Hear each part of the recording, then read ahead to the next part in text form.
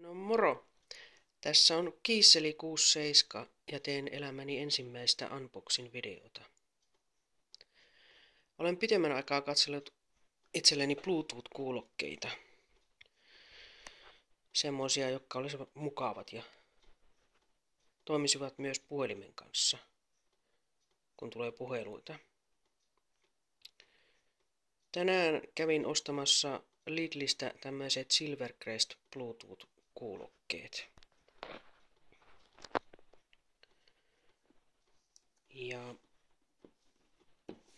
katsellaanpas vähän mitä täällä näytetään. Nämä on handsfree. Eli täällä on mikrofoni. Voi vastata puheluihin. Ja täältä löytyy tarkemmin langattomaan musiikin kuunteluun 40 mm PET-kalvo ja neodyymimagneetit takaavat ensiluokkaisen äänentoiston. Handsfree-toiminto ja integroitu mikrofoni. Sisäänrakennettu litiumpolymeeriakku. Kokoon taitettavat ja säädettävät painikkeet äänen voimakkuudelle, seuraavaa kappaletta ja puheluiden hallinta. RSA-liitäntä, audiokaapelin käyttö ja tukee monia Bluetooth-profiileja. Toimitukseen sisältyvät varusteet USB-latauskaapeli, 3,5 mm jakkiliittimellä varustettu audiokaapeli ja käyttöohje.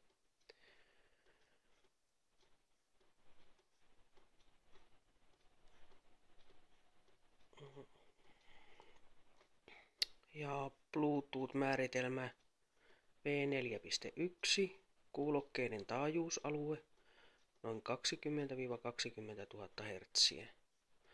Nimellispedanssi 32 ohmia. Akun latausaika noin 3,5 tuntia, standby-aika jopa 50 tuntia, puheaika noin 15 tuntia ja musiikin toisto noin 15 tuntia. Keskitason äänenvoimakkuudella. Joo, elikkestä no tärkeimmät kriteerit tosiaan oli näissä Bluetooth-kuulokkeissa tietenkin hinnan lisäksi, että ne tuntuisivat mukavalle ja todellakin, että niissä olisi helppo vastausnäppäin puheluille. No niin.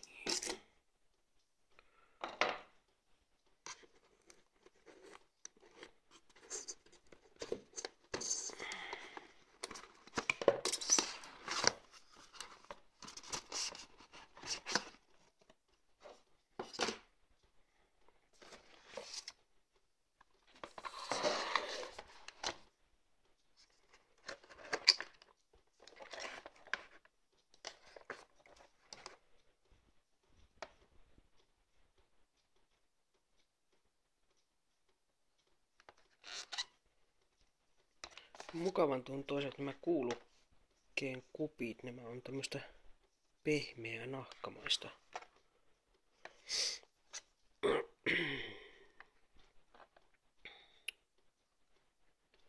Ja siellä on liitäntöjä, tuossa on tuo 3,5 mm. Ja tuolla on micro-USB-liitäntä. Tuolta laitetaan päälle. Ja täältä vastataan puheluihin. Painamalla tuosta. Äänenvoimakkuussäätimet.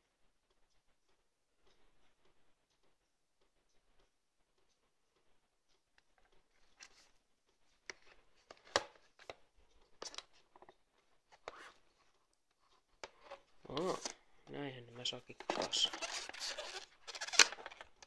Kyllä nämä aika pieneen tilaan menee.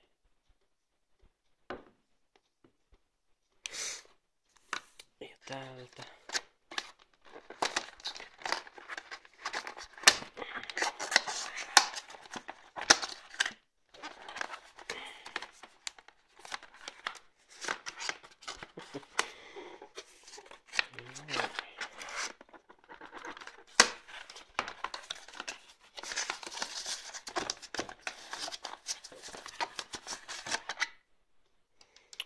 Täältä löytyy kaapelit, eli mikrospi,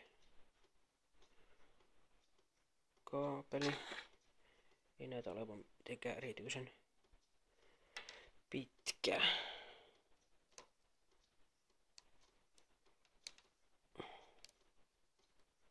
Jos tämä nyt saa yhdellä kädellä auki.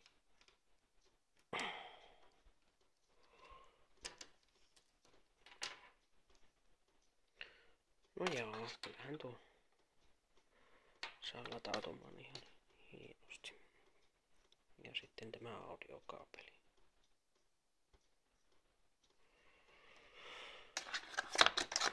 Ja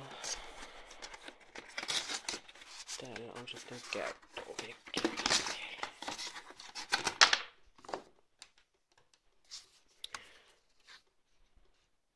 Ja siellähän lukee Saksa, Germany.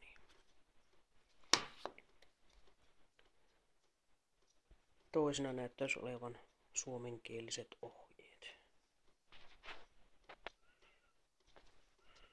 Eli tällä